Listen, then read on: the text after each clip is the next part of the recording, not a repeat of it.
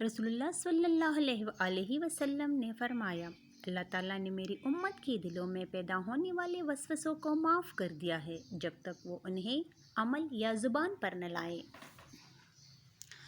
جب تم بغیر کسی وجہ سے خوشی محسوس کرو تو یقین کر لو کہ کوئی نہ کوئی کہیں نہ کہیں آپ کے لیے دعا کر رہا ہے۔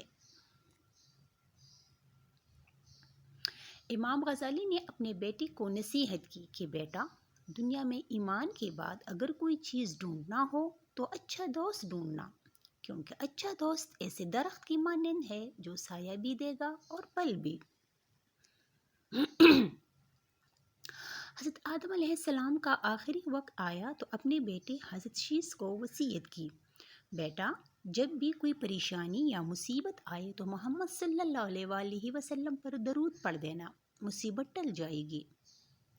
شیث حیران ہوئے، پوچھا، ابا جان، ابو البشر تو آپ ہے، یہ محمد صلی اللہ علیہ وآلہ وسلم کون ہیں؟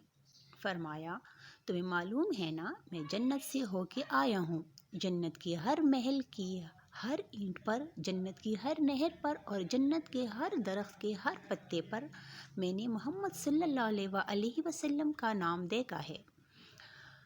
حضرت سلیمان علیہ السلام نے ایک چیونٹی سے پوچھا، تمہاری سال بھر کی خوراک کیا ہے؟ چیونٹی نے جواب دیا، فقط 2 دانے۔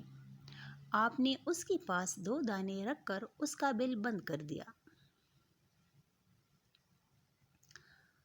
سال بعد جب دیکھا تو چیونٹی نے 1 دانہ کھا لیا تھا، 1 بچا رکھا تھا۔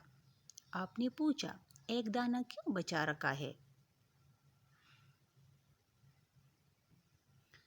چیونٹی، پہلے میرا بھروسہ اللہ پر تھا کہ 2 دانے کھا بھی لوں گی تو وہ اور دے گا، اب بات انسان کی تھی اس لیے 1 بچا لیا، کیا پتہ پھر دے نہ دے۔ سبحان اللہ۔